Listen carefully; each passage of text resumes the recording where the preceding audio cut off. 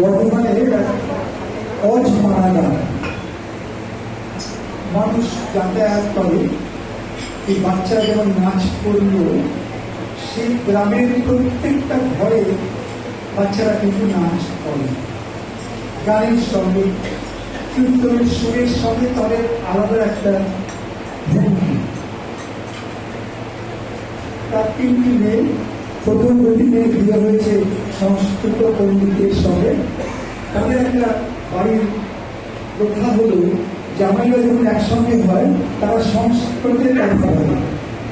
তো 2 জামাই সংস্কৃত পণ্ডিত, ছোট মেয়ে বিয়ে করে বিয়ে করেছে। বাবা মাকে বলছে, বাবা তোমার ছোট জামাইও সংস্কৃত পণ্ডিত, তোমার কোনো অসুবিধে নেই। বিয়ের পরে শ্বশুর বাড়িতে এসেছে, তো বাবাকে বলতেছে তোমরা কিন্তু ওরকম দিদিদের বলবে না। তো কিছু বলেনি। তো ছোট মেয়ের পর 2জনে গেছে। প্রত্যেকে খবরকে 2 জায়গায় চিৎকার করে বলছে ছোট মেয়ের নাম ধরে, আরে আমরা আসছি, তুই চা বসা। সংস্কৃত জানে না। ছোট জামাই বললো তুমি খাটের তলায় ঢোকো। খাটের তলায় ঢুকলো। 2 জামাই এলেন, খাটের উপরে বসে চা খেলে আর সংস্কৃতের কথা বলছি। অনেকক্ষণ পরে ছোট জামাই খাটের তলা থেকে বেরিয়ে বলছে, অনুষ্ঠান দিলেই যদি সংস্কৃত হবে তবেই কেন ছোট জামাই খাটের তলায় রবেন? আসেনি কথা যে 1920 দিয়ে যদি সংস্কৃত হয় তবে ছোট জামাই খাটের তলায় থাকবে কেন? কথাটা হলো সুনীতিনাথ চট্টোপাধ্যায় ভাষাচার্য বলে গেছেন, যারা বাংলা ভালো জানি তুমি পাংচুয়েশন ঠিক মতো করতে পারি, বিসর্গ চন্দ্রবিন্দু দিতে পারি, সেটাই সংস্কৃত। চন্দ্র আরো সহজ করে ধর্মটাকে আমাদের জীবনের সঙ্গে মিলিয়ে দিলেন। পেছনে বঙ্কিমদা আয় খুব চুন বা হাতের বুড়ো অঙ্গন দিয়ে ব্যাগটা ধরে জোরে শব্দ করে তিনটা তুললেন। তাহলে চন্দ্র বললেন, বলতি তিনটাও তুলতে শিখলেন, শুধু অভাব ঠিক আমার ঘুরতে যেতে হয় নাকি? সেখানে সকালের পর বক্তৃতাকে বললেন, এবার তোর তিনটা খোলা হয়েছে। আর সামান্য খিল খোলার মধ্য দিয়ে চন্দ্র বক্তৃতাকে ঘরের উপরে দান করে দিলেন। মাটি দেশলাই বাক্স থেকে দেশলাই কাটিয়ে নিয়ে ধূপকাঠি জ্বালালেন, দেশলাই বাক্সটা ছুঁড়ে মারলেন। তারপর বললেন যে দেশলাই বাক্স তোকে ধূপকাঠি জ্বালাতে সাহায্য করতো, তার প্রতি এত বড় অসম্মান দেখাতে পারেনি। মাটি দেশলাই বাক্স যেখানে রাখা দেখে এসে বললেন, ঠাকুর নিশ্চিন্ত করে ঠাকুরের নাতি খবরের কাগজ পড়ে শোনাচ্ছেন। এখন তো ঘরে ঘরে খবরের কাগজ নেই, তখন সব ঘরে ঘরে খবরের কাগজ।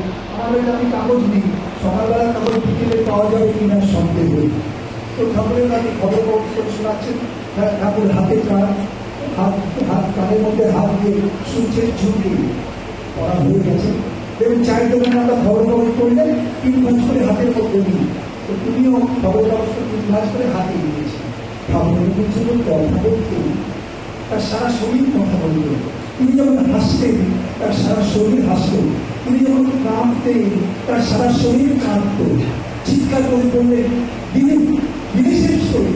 সবাই বাবা কি শেষ করি? যে খবরের কাগজটা আমাদের অন্ধকারকে আলোকিত করে তুললো, আমাদেরকে আলোর পথ দেখালো, তার প্রতি এত বড় অসম্মান দেখাতে পারেন ঠাকুর চন্দ্র।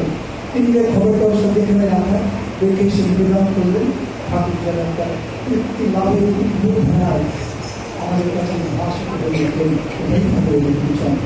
আমরা এতদিন জানতাম আপনি পাশের বাপের নাম, আগে আমি বাঁচি তারপরে পাশের লোককে দেখবো। ঠাকুর চন্দ্র পুরো ধর্মটাকে পাল্টে দিয়ে আমাদের জীবন চলার পথটাকে নতুন করে যুক্ত করবে। কর্মীরে বাঁচায় নিজে থাকে ধর্ম বলি জানিস থাকে। ঠাকুর খুব বিরক্ত করতেন একজন, প্রায় অনেকেই চেষ্টাও করতেন। একজনকে ঠাকুর বলছে, আপনাকে এত বিরক্ত করে তা আপনি কিছু বলেন না কেন? দেখ আমি যদি বলি তো যদি কাউকে মারা যায় আমার থেকে কষ্ট তো আর কেউ পাবে না। ঠাকুর চন্দ্র কিভাবে একটা ভারতে বাস করে একটা জীবন গড়ে তুলতে হয়। রাত্রির গভীর বৃত্ত থেকে সকালটা যখন রবীন্দ্রনাথ নিজের ভূমি সিদ্ধ ছিলেন, ঠাকুর চন্দ্র আমাদের প্রত্যেককে ভূমি সিদ্ধ করে তুলেছেন। মেঘাধরণী কবল করে সেই স্তরে যখন আমরা চয়ন করি করার জন্য যাজন করি, আমার অন্তরে আমি আমারই ঈশ্বরকে করি জীব জগৎ জীবন কারণ তার মধ্যে দিয়ে সহায়তা আমরা সবাই ভূবেশী হয়ে উঠি। ভূবেশী পরম পুরুষ, ভৈরবেশী সিদ্ধ পুরুষ, আমাদের পরম পুরুষ পুরুষোত্তম ঠাকুরের চন্দ্রের বন্ধনা নাম করি। আমি যদি বলি সকাল আমার কাছে অন্যরকম আলো নিয়ে আসে পরম পুরুষোত্তম।